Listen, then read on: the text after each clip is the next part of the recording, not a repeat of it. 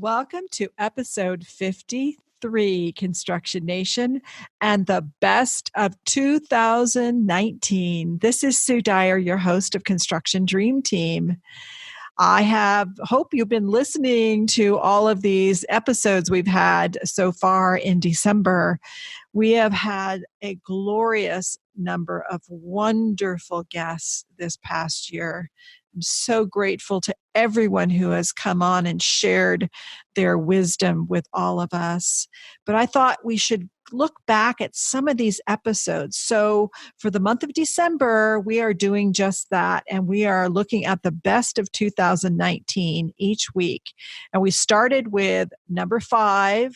Then we did number 4. And this week, it's going to be the top episode that was third most watched. And now these selections were based on 3 things: the number of total downloads, the number of downloads they had the month that they were released, and which received the most comments. Okay, so here we go for the third most watched episode in our construction countdown. It is episode number 7, where John Martin, the former director at San Francisco International Airport, shares about how meditation and mindfulness helped him to create an extraordinary organization. You know, John is such a visionary. And I recall one of the consultants saying to me that it is so rare to have a visionary in a public institution. That is John. He's absolutely a visionary. In this episode, John gives us all a glimpse of how to meditate. Since retiring, John's also become a teacher of meditation and mindfulness. And recently, I saw some brain scans of people who meditate, and it was amazing because the connections between the prefrontal cortex, where we get attention and control that, and the limbic system, where our emotions are controlled, are thicker and larger. So just think about that. Is that really being smarter? I think perhaps it is. John is a pioneer in practicing meditation. He was doing this long before it became fairly popular, which today I see many leaders taking up meditation practices. I highly recommend it. So listen in and learn from John. And there's lots of meditation apps. I highly recommend them. Here is episode number 7. Welcome, Construction Nation, to episode number 7 of the Construction Dream Team podcast, where I interview industry leaders and experts so you can learn how to build your construction dream team based on OPE, other people's experiences. The shortest way to success is to learn from others who have been there and done that. If you want to receive Construction Dream Team on your phone automatically each week, please head on over to iTunes or Stitcher and subscribe. Or you can go to constructiondreamteam.com and push the button for iTunes or Stitcher. We'd love to also get a 5-star rating. This will help us to be more visible and so more Construction Nation can find us. Our guest today is someone I truly admire. He served as the director at San Francisco International Airport from 1995 until 2016 when he retired. His leadership left a legacy that lives on today. Under his leadership, SFO underwent massive changes and unprecedented growth, including overseeing a $3.5 billion capital plan that included the iconic International Terminal and BART extension. I recall one of our aviation planners saying to me after a meeting that we just had with John that it was truly rare to find a visionary in the public sector. And this pretty much sums up John. He was and is a visionary. He led his organization to become exceptional. He's always pushing for exceptional. On a personal note, it has been my pleasure to work with John Martin during his tenure as director for some 21 years and to become friends along the way. John, I welcome you to Construction Dream Team. Thank you, Sue. Do you have anything to add to the introduction? Well, I think in those 21 years as director, you and I worked closely together for 20 20 years. So it's a great friendship, and you played such an important role in my success and career at SFO. So it's a great pleasure to be speaking with you today. Thanks, John. You're so kind. Today, we're going to talk a little bit about meditation and leadership.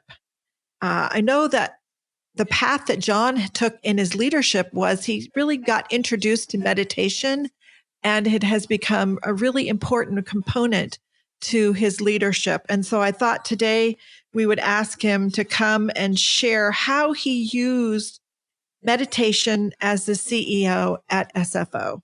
So I started meditation at just the right time, Sue. I started meditation practice in 2001, a few months before 9/11.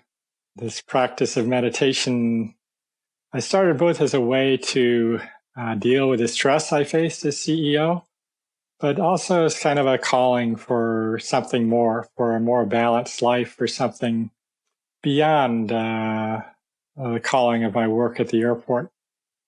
And the practice is most of all one of present awareness. So 9/11 hit, and we lost 40% of our traffic, 40% of our passengers. And to have that practice of meditation, of present awareness, served me so well during that very difficult time. Yeah, I can imagine that. Well, I was there. I know it was hard. We were waiting for the locusts to come.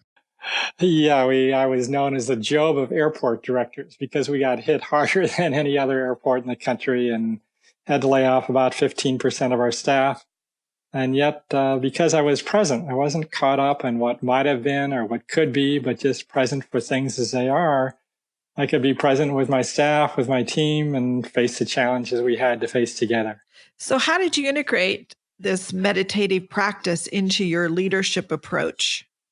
So most of all, I brought in the basic intentions that underlie the practice of meditation.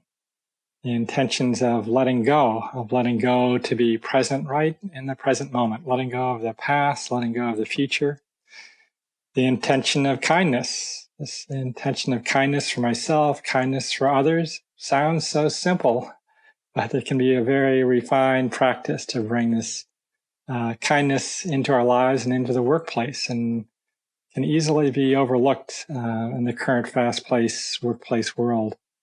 And then the intention of caring that often manifests as compassion for our customers, for one another, for the employees who are all part of the team that we were working with. These intentions of letting go, of kindness, of caring, really bring these more and more deeply into practice at work and into the whole of my life. So these are both the intentions for meditation, but this practice of mindfulness meditation is really one of bringing it fully into every moment of one's life. What does the practice look like? If someone saw you practicing this, can they tell you're doing it? So if they saw me sitting, I think they would know I was practicing. But I would do, usually I would do over my years as airport director and still today, after my breakfast every day, I do a meditation, a sitting. And I started doing a meditation at the end of each workday too, kind of bookending the day. And a lot of times bringing the practice into the workplace, I'm sure people had no idea when I was practicing, but maybe they saw the benefits. And the practice would just be being in the body and kind of know when I'm walking, when I'm standing, when I'm sitting, being present for the emotions, the feelings that are present, and staying with the intentions of letting go, not getting caught up and needing things to be different. Intention of kindness, of caring. So kind of using the alarm bells of watching for reactivity. If the mind started to fall into being angry or upset about something, not denying what was present, but being present, and then checking the intentions to make sure the words and the actions were rooted in kindness and caring. Not always the case. I'm sure you saw over the years, remember times when I would get upset, but kind of returning to the practice and the deeper intentions that supported my effort to really create a great place to work for my employees and the larger team of people at the airport. Can you share some examples of letting go, kindness, and caring of each of these in the workplace and in your work life? Sure. So letting go for me, I really, especially my first 10 years, wanted to be in control of everything. And thought that I had to be the driver to keep working toward making things better and better, that I kind of needed to be the superhero to get everything done. And when I brought this intention of letting go more deeply into the workplace, it meant letting go to more deeply trust the staff. What I did to support that was creating teams of staff members to look at best practices to serve the guests, best practices for safety and security, for environmental leadership, best practices to create a great place to work. And so the team started to create a vision, plans, goals. And I actually started to see that the greatest wisdom, something you'd been saying, but I didn't fully get it until I started implementing it in this way. I started to see that the greatest wisdom comes from the collective, not from me individually as a leader. And a great leader recognizes that. It took me quite a while to realize this. I think great leaders recognize the deepest wisdom comes from the team overall. And by letting go, by trusting the staff, I created an environment of deeper trusts among all of the staff members where creativity could really begin to flourish. So it was a real letting go on my part to let go of needing to be the one in control and needing to be the one who knows best. And I think I also started to let go around making my happiness dependent on the outcomes. We could have these goals and plans, but I didn't need to fix on specific outcomes. I could let go and then sometimes be surprised to find that a different outcome than what I imagined was actually a better outcome than what I had previously imagined. That's exciting. So what about kindness?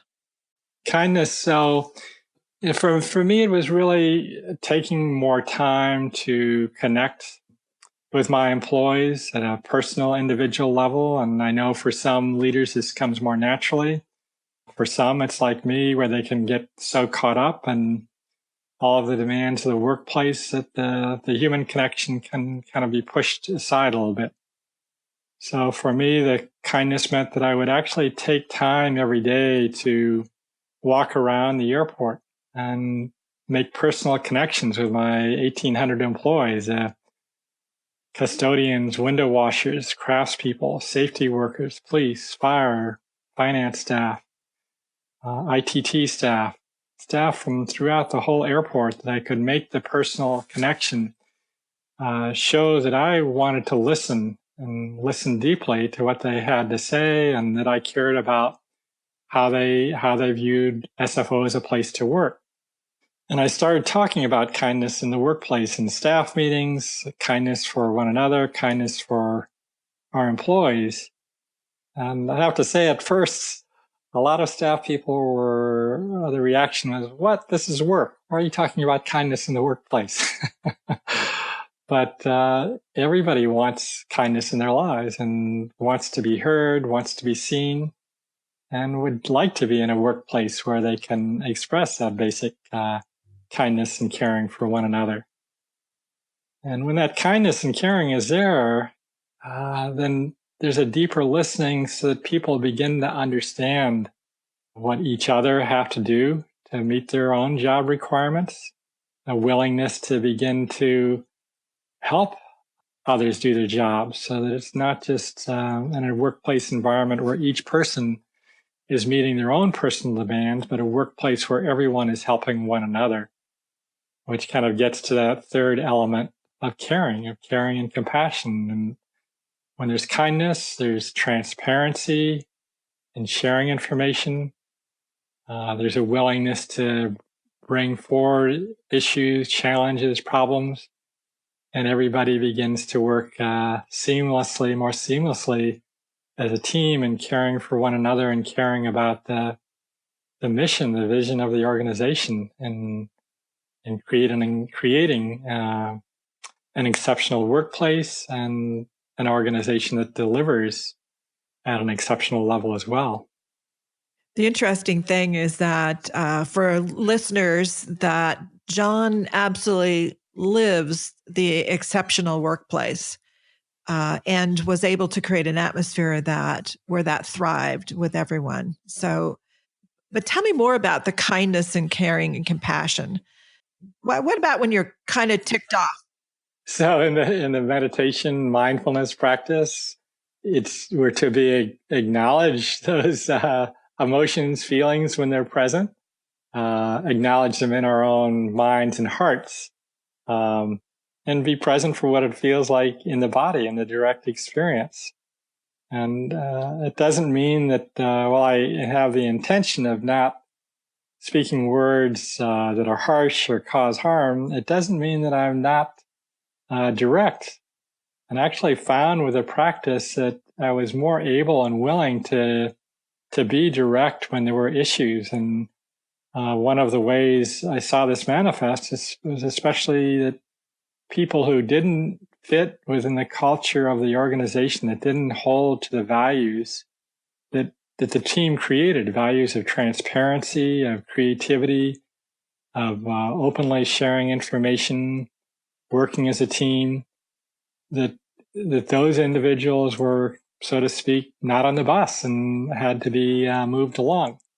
So really became more clear over time that what the values were and who was working within the values. And we'd obviously work with employees to make sure they were understanding and following the values, but taking the action necessary to support the other team members who were on board, so to speak, with the values.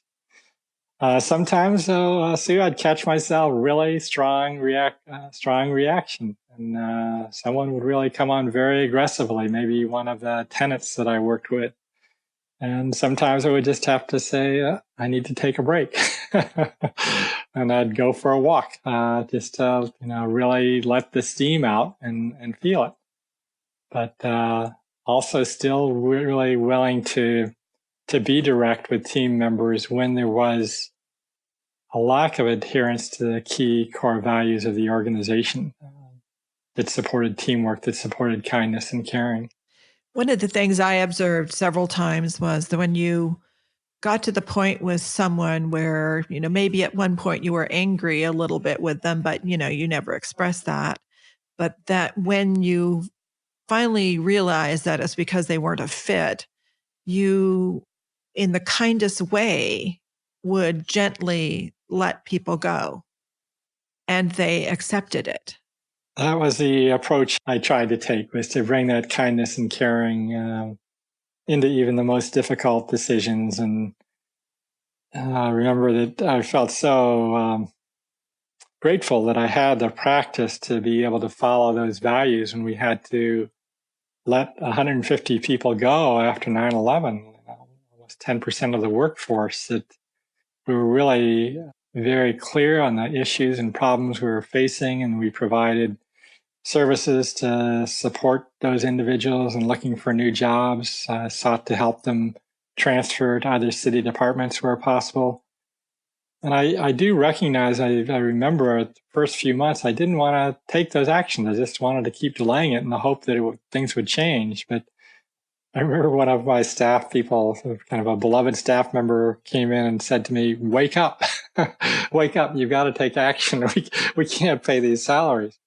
And it was really great advice. I had to wake up and see we did have to take that difficult action, but we could still do it in a way that was kind and caring. But one of the things that's most interesting about that story is that you had staff who are willing to tell you the truth. Most CEOs suffer from the ideas of not knowing. People aren't willing to tell them the truth. So you create an atmosphere where people are willing to tell you the truth. That's pretty amazing in and of itself. It took some time to get there, Sue, or people were willing to tell the truth. I remember my first 5 or 6 years as director, it was pretty hard to eke out the truth, but we didn't have that level of kindness and caring, and we didn't have that deep trust within the organization. And I remember in 2000, before we were opening the international terminal, maybe 6 or 8 months before, and being pulled aside by a building inspector, and the building inspector said, "No way is this going to be on time." And no one else was willing to tell me that. So it was a real big alarm bell on something being wrong in our culture, that people weren't willing to share that information. And that was one of the, that moment of insight and seeing the lack of trust, was a clear moment for seeing that I needed to bring the values of partnering more fully into the organization. We'd been doing partnering at kind of a basic level, but not fully embracing partnering, where we were using the scorecards. We were having very frequent meetings to make sure everything was on track. And so we started bringing that partnering model more fully into both our construction projects, and then maybe 4 or 5 years later, bring the same principles of partnering, open sharing of information, clearing the air as a starting point, building trust at a human level with all of the team members. We brought that in not only to our construction projects, but also into the whole way that we were running the organization.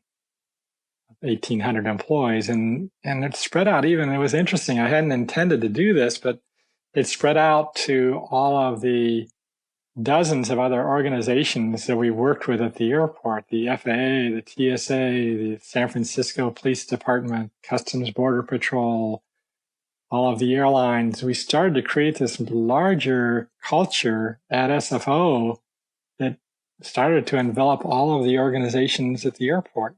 And really beginning to create this sense of a great place to work that went just beyond just the airport commission, but to this larger community of 40,000 people working at SFO. I saw it also extended out like into even the craft people who were, or the cities that surrounded the airport, where it was just the culture. And so it's sort of like the culture is so strong that if someone walks into it, it becomes the culture that they're working within, no matter what their business might be with the airport. I'm sure over 21 years, not everything was hunky-dory all the time. What were the biggest challenges you faced, and how did you use these intentions of letting go, kindness, and caring to help you when you had big challenges? So the letting go meant really to recognize the present circumstance as it was, to not get caught up in being angry at the circumstance or pointing fingers of blame.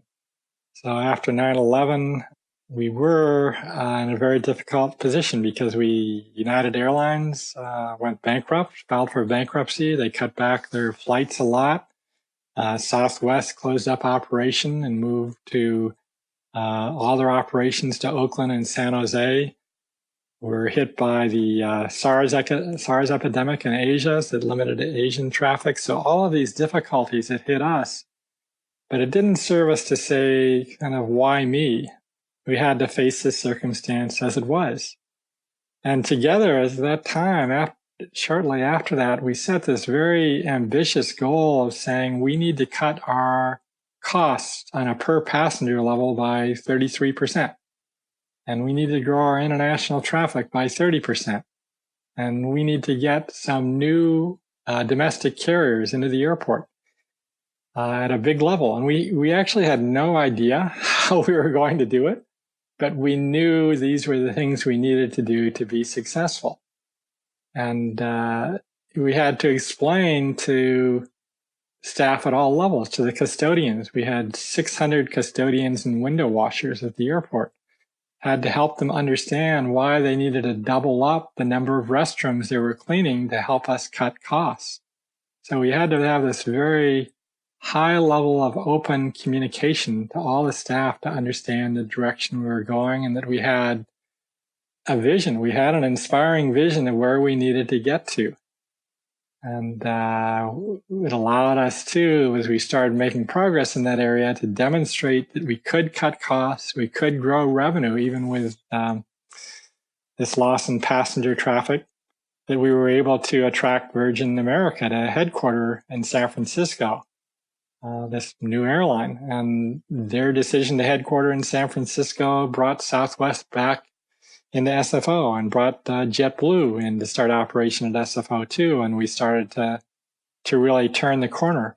So sometimes bring people together to let go of needing to know how we're going to get there, but to have faith and confidence that we as a team can achieve something bold and great, something exceptional, even though we don't know in this moment how we're going to get there. So that's one example at a very large scale. A more specific example I'll give is of T2, Terminal 2. So shortly after Virgin America Airlines started, we had made a commitment to remodel Terminal 2 to meet their needs. And Terminal 2 had been closed for some time because of the cut in traffic. And so at that time, we decided to really fully embrace the partnering model, bring every aspect of the partnering into that construction project.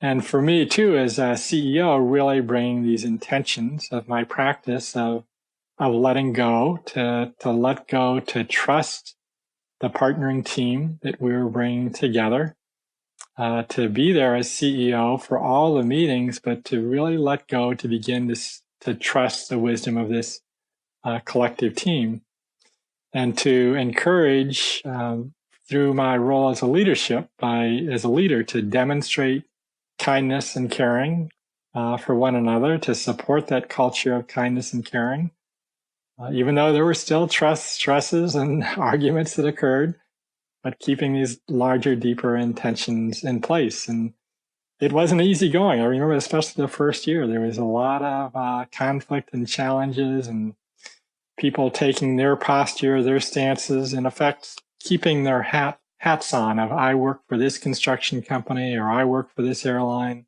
But over time, the magic started to happen with this environment of kindness, caring, the trust that was developed with a partnering model, everyone together creating the visions, the goals, the means for problem resolution.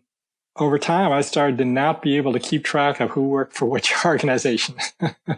Everybody was just one team member, and I think that's what they felt. They were team members who looked forward to coming to work. Not always the case in the construction industry, not always the case at the airport or with airlines. All of these organizations were very involved, and people started to enjoy coming to work on this project because creativity was really encouraged, and the environment supported bringing forth issues and problems. When there was a challenge or a problem or a new issue identified, there was a sense of, oh, look, we have this new problem, almost a sense of, this is fun. We can have fun with this and find a creative solution. And what I started to see was I started seeing ideas coming forth that went beyond what I thought was possible. And while I had always viewed kind of Terminal 2 as kind of my baby, the terminal project I was involved with from beginning to end, even though it was my baby, I could see that the magic of my trusting the team, letting go to trust the team, and see the great creativity that was coming forward. And so what it meant was in Terminal 2, things that were unique industry setting at the time, the living room furniture, the swivel seats and the hold rooms. We were the first airport to provide that kind of seating arrangement in Terminal 2. And we knew from our surveys that passengers felt that the restroom cleanliness quality was the number one factor in how they rated the airport overall. So we went completely overboard with very high-end finishes on the restrooms, with piped-in music and We went all out on the restaurants. We set goals of being the most successful airport in the country on sales per passenger from restaurants and shops, and we achieved that. It was the first LEED Gold terminal. Extraordinary artwork, all of these things that made it exceptional and industry leading. And even putting in a yoga room. We didn't plan on a yoga room, but because we were listening when someone before the terminal had formally opened made the suggestion, you have everything in this terminal building except a yoga room, we picked that up and said, okay, we'll put in a yoga room. And we became the first airport in the world with a yoga and meditation room. That's awesome. So we had fun. Everybody had fun. I also started seeing I was having more fun as a result of this, of both the approach of fully embracing partnering and bringing these values of letting go, kindness, compassion into the workplace. And some of the listeners now may feel like it's kindness, compassion in the workplace. Just that sounds like too big of a challenge, but it's what everybody wants in the whole of their lives. And if they feel like they have this in the workplace, I think they'll give something extraordinary in their work, that people will give 1,000% when they feel like they're seen, they're supported, and they work in a place where they really enjoy coming to work and take pride and being able to tell friends and family, this is where I work, this is what I'm working on. Everybody would rather work on something exceptional and not just say, I work in a job where I got my job done and I can leave it behind at the end of the day. I want to be part of something exceptional. You'd mentioned quite a few times that you're a big believer in partnering. So for those listeners out there who are not a big believer in partnering, I know that you attended every single partnering session, not just for T2, but really every project. And a lot of people would say, I can't believe that John Martin comes to every single partnering session. So obviously you had lots of things you could have been doing, and you felt as though your biggest ROI was to attend a partnering session. Can you tell us a little bit about that? I really viewed the attendance at partnering sessions as key role of my being a leader. One of the most important insights I had over the years as airport director is that leaders don't do, leaders lead. And in being in the partnering session as a leader and listening, supporting teamwork, supporting open communication, these are key aspects of leadership. And if I get caught up in writing memos and micromanaging, then I'm doing rather than leading. So really important that the leader be there in the partnering session to set the right tone, to support that open communication and trust, to be willing to step in when there's problems, to recognize be able to see personally who's on board, and on those cases where someone isn't on board, to take the appropriate action. And by showing my own commitment to partnering, my own trust, confidence in this process, it supported others coming fully on board. And in effect, I allowed myself to be fully transparent and vulnerable to discuss my own concerns on the projects too, as they came along. It supported others being that transparent and vulnerable, and the building of the strong sense of teamwork. That makes great sense, actually. So there were probably other big challenges you hit. I know there was a crash that was not anticipated. So I want to add one more thing on the partnering too, Sue. In my being there, it supported and required, in effect, the contractors, other organizations such as FAA, TSA, to also have their top executives present. And so that was also very important from a CEO perspective, that I encourage that. We just went aside to that part, is that I know we saw over and over on projects that if we didn't have that C-level present, we didn't get the same results on the projects. It makes such a difference to have people at every level of the organization involved in partnering. And I would personally sometimes step in when I would see that some organizations, the top level staff were not present, have individual meetings with those executives to make sure to encourage or even require that level of participation to support that culture of deep trust that allows extraordinary success on projects. So you were mentioning the crash of the Asiana flight, which was certainly one of the most challenging times in my 10 years airport director. And I'll just tell a story about that. I was home weeding my front yard when I got the text message of the crash. And I immediately changed clothes and drove down to the airport and saw the ambulances, many ambulances on the freeway going to San Francisco General, and could feel the great concern for what might have happened for the people who'd been injured, loss of life. And I really knew so little at that time what was going on. And I drove down expecting that I would really have to jump in at an operational level to potentially be involved in directly being hands-on and overseeing the operations response, the rescue. But what I saw coming into the Emergency Operations Center was that the team was seamlessly working together to save lives and deal with the immediate crisis of that crash.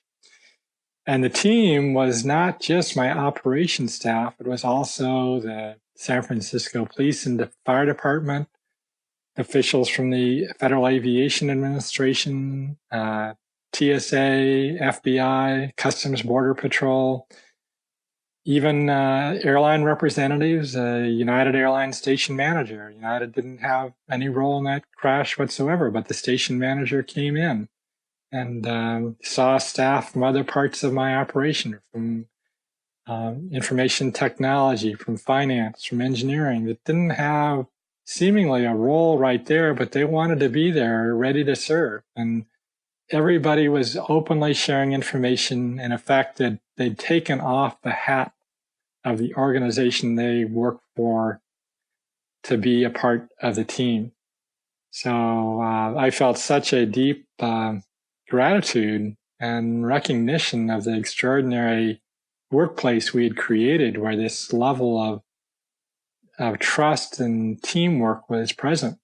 And it was deeply meaningful to see that. And so I could see my role in stepping in there was not, I didn't need to be there getting involved in the details of the rescue or the operations. They knew what to do. And so my focus was then shifted to make sure the pieces were in place to get the airport reopened as quickly as possible, because hundreds of flights were already in the air from around the world.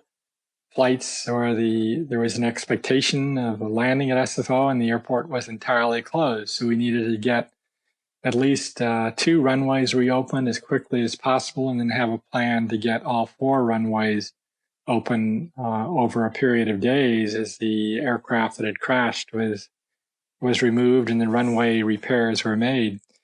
And then also that I could then focus my time in those first hours and talking to policymakers and elected officials, and then dealing with the media. So it was a very rewarding experience, and so it was letting go to trust my staff, to trust this is the way it is. This is what we have to deal with. The kindness and caring that was so naturally coming forward. And I remember that kind of a little footnote on the kindness was in the kind of caring compassion was after the crash, we had a press conference, maybe 4 or 5 hours later. The fire chief, the Mayor Lee, and I, and we were in the airport museum, and there were probably 65 TV cameras I think over 100 reporters. And I felt nervous at first coming out because we really didn't know. We didn't really know how many people had died, what the level of injuries was. Didn't know the cause of the accident.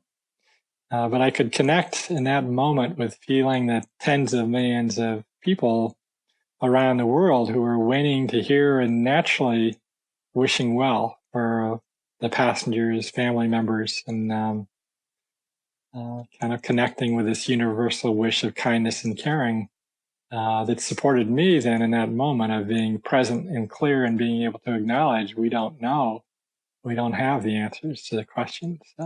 So open and honest is better almost in every circumstance, isn't it? Being honest and open, and then also acknowledging this is what we face. We don't need to point the finger of blame. We've got to deal with the issue at hand.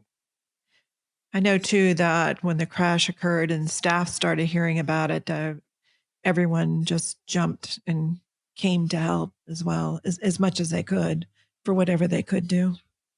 It was inspiring to see the way everyone responded, and then the work that was done so quickly to get the airport reopened, both those first two runways, but then also the more significant work that had to be repair work that had to be done on the runway where the crash occurred, and the speed with which that happened, and even the investigatory agencies that came in were impressed by the level of open communication and sharing and the ability to get the airport fully reopened after such a major incident. And then too, we did this next step on the crash that we followed the same method in partnering on projects. We entered into a lessons learned phase. So fortunately, commercial aviation has gotten safer and safer over the years. So it's a pretty rare occurrence now that there's a commercial aviation crash in the US. So we really wanted to break it apart so we as an organization could learn what worked, what didn't work, what we could do better, what we could do to be better prepared. And we were willing to, in that level of transparency, that attitude of vulnerability, of learning, that we were willing to share those lessons with the whole aviation industry. So we invited other airports, airlines to come and learn and see the lessons we had learned and even hear their wisdom and input on what the whole industry could do better, not only what SFO could do better, but what the whole industry could learn from this experience. So this is kind of the extraordinary thing that can happen when there's a level of trust within an organization as it begins to spread outwards to the larger community, and then even to the larger community of the entire aviation community throughout the country and the world. Very inspiring, John, as always. Do you have a book or resource that you could recommend to anyone who wants to try to learn more? So learning more, I mean, there's several ways of learning more. For those interested in meditation, I most of all suggest classes. It's hands-on learning from a teacher is the best way to learn about meditation. And then reading to go along with that. But just picking up a book and reading about meditation is not enough. You really need to be with a teacher. And then the partnering books you've written, Sue, were really helpful to me and being a leader on partnering. I think the first book I read was Partnering Your Project for Success. Is that right? Yeah, Partner Your Project. Yep. Partner Your Project. I added the success. Thank you very much. And then, there's books, for me as a leader, the books I connected with most deeply were the Jim Collins book, especially Good to Great. It really fit with our organization that emphasizes the level of trust. And we had every member of our staff, of our management staff, read Good to Great to support that. So, and then kind of the best, I really watched in my meditation practice. Part of the practice is to watch and pay attention to insights, kind of kind of those aha moments and really let those in deeply and then follow those. So I mentioned earlier, one of the insights I had was leaders don't do, leaders lead. And one way it manifested too was I realized the less I did, the better things ran. It was a little bit humbling to realize the less I did, the better things ran. But it was absolutely true, because the more I got into micromanagement, it would tell staff, I don't fully trust you. So they wouldn't really follow through in doing the work. This is the approach I followed in my first 5 years. And then gradually really fully trusting the staff to deal with issues and problems as they came up, to develop creative ideas. And a great example of this is with the Uber and Lyft. We were San Francisco, one of the first cities in the country where Uber and Lyft really took off. And we started being flooded with these operators, and they didn't have any right to operate at the airport. They didn't have any agreement. We weren't getting any revenue, and we knew it was a problem. We talked about it. But I did have the intention of letting go with the staff to come up with ideas and creative solutions. And kind of lo and behold, I wasn't very involved in this at all. Staff came up with an idea to develop an app and track every Uber and Lyft vehicle, and then to charge them a per trip fee. And we developed, my IT staff, information technology staff, working with the operations staff, so 2 different divisions. Usually you wouldn't think of these 2 different divisions working creatively together in most organizations, but they creatively together came up with this approach using an app that the staff developed. It's now made available to other airports around the country through a licensing agreement. And this model is generating, I believe, over $35 million a year in revenue to the airport now. So really found a creative solution that even Uber and Lyft saw was a wise way of establishing a business relationship between the airport and the company. So kind of going back, these insights of leaders lead by setting the tone, by bringing people together, by ensuring clear communication, by supporting everyone being on the same level of understanding on core values, and by holding people to those core values. Insights I've had on trusting my instincts. The biggest mistakes I made as airport director is when I acted on something where it was not consistent with my own instinct on what should be done.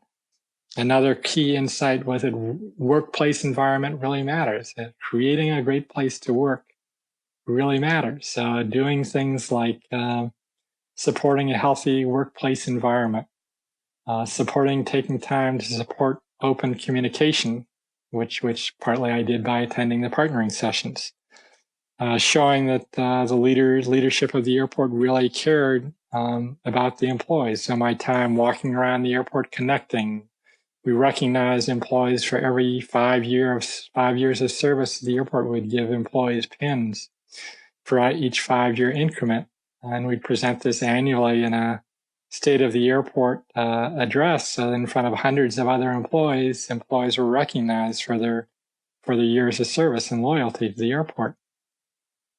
So that seeing and listening that really mattered. Well, it sounds like you took the intentions, I guess, which just makes total sense, and it became who you are, and who you became who the airport became, and rippled out beyond that, which is pretty significant for anybody who's a leader. That's one of the key understandings from my practice is that actions matter. Every action in our lives matter. And so actions that are rooted in caring and kindness and wisdom, that support creativity, that support creating an exceptional service delivery, creating an exceptional airport, in my case, an exceptional airport for our guests, for our passengers, being an exceptional leader on environmental leadership. Actions matter. And beneath every action, there's an intention. There's always an intention before an action. So staying in touch with our intentions as leaders, checking and rechecking what's their present intention. Is it skillful? Is it rooted in kindness and caring, supporting creativity, supporting trust in the organization? It's just a framework of understanding. And this is the way partnering supported me so deeply as a leader. Was the partnering provided a model for understanding, a model for behavior, a model for bringing people together on construction projects, and then also supported me as a leader in developing a model that I could use in leading the larger organization and larger airport community. That's awesome. So how can people contact you, John? I'm on LinkedIn, so it's a great way to connect with me through LinkedIn, John L. Martin. And that's the best way. And what parting advice might you give to the leaders that are listening today and the people, and leaders are through all the organization, not just at the top, for what they might do to help use these intentions? And then we'll say goodbye. I think be exceptional. It's possible to be exceptional. And the most important thing in leading, creating an exceptional organization is building trust within the organization, building trust with all the team members, and allowing and supporting them and being creative and creating an environment of transparency that encourages and celebrates creativity and successes. It's possible to be exceptional, and everyone wants to work for an organization that is exceptional. Thank you so much, John, for coming and sharing with the Construction Dream Team today. Your ideas are always exceptional, and so are you. I appreciate you so much. Thank you so much. Thank you, Sue. Great to be spending this time with you. Okay, take care. Just remember, Construction Nation, dream teams don't just happen. They are built one step at a time. Why not send out this episode to your entire team so they can help you? The more people you have helping, the faster you can build your construction dream team. You can't have your dream until you build your team. Please head on over to constructiondreamteam.com to sign up for our newsletter. And don't forget to subscribe in iTunes or Stitcher. Construction Dream Team drops every Monday morning at 4 a.m. Pacific Standard Time. So please join me next week when I will interview another industry leader or expert so you can learn how to create your construction dream team. Thank you so much for joining me today. I will catch you next time.